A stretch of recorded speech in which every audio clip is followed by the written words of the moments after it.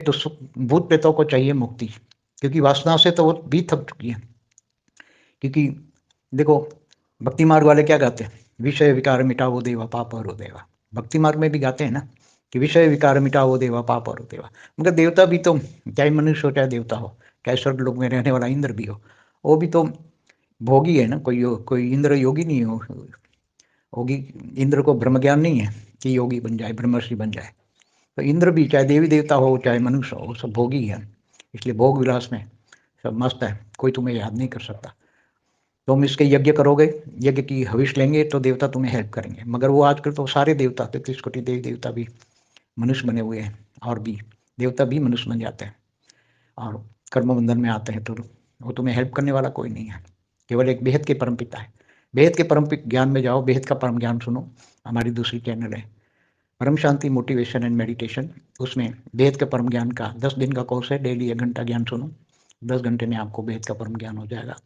बेहद के परम पिता से याद करो, कनेक्शन जोड़ो, याद माना योग। याद करते करते बेहद के परम पिता से पावर आएगी और तुम्हारा स्थूल शरीर, सूक्ष्म शरीर, कारण शरीर सब चार्ज होने लग जाएगा। मन भी बदल जाएगा, मन भी पवित्र हो जाएगा, स्वयं भी वासना मुक्त बन जाओगे, योगी बन जाओगे, भोगी से योगी बन जाओगे। और धीरे धीरे स्व परिवर्तन भी होगा और सूक्ष्म जगत वाले भूत प्रेत आत्माओं का भी कल्याण होगा। इसलिए योगी बनो। ज्ञान योगी माना बेहद के योगी, बेहद के ज्ञानी, बेहद के योगी बनने से सूक्ष्म जगत वालों का भी, बहुत सारी आत्माओं का भी कल्याण तुम्हारे वाइब्रेशन से होंगे। साथ में परम शांति के वायुमंडल भी फैलो, आत्म स्वरूप में स्थित होकर परम शांति के वाइब्रेशन फैलाओगे तो कई दूर दूर तक जो तुम्हें याद करता है, तुम्हारे को भूत प्रेत भी नेगेटिव दूर दूर बैठे हैं, वो तुम्हें याद करते हैं। भूत प्रेत से कनेक्शन है, कर्म बंधन है, वो धीरे धीरे कारण शरीर भी चार्ज हो जाएगा। तो कारण शरीर चार्ज होने से सूक्ष्म शरीर भी चार्ज हो जाएगा। तो धीरे धीरे तुम गुणातीत भावातीत बन जाओगे और कर्मातीत बनोगे तो कर्म बंधन से मुक्ति होती जाएगी। और जब कर्म बंधन से मुक्ति होती जाएगी तो जब कोई कर्म ही नहीं रहेगा, विकर्म विनाश हो जाएंगे। तो गीता में भी कहा है ना, गीता में भी भगवान कृष्ण ने कहा है कि तू मुझको आत्मस्वरूप में स्थित होकर तू मुझको याद कर, मैं तुम्हें सारे विकर्म विनाश करके अंत में तुम्हें ऊंच से ऊंच परमधाम ले जाऊंगा।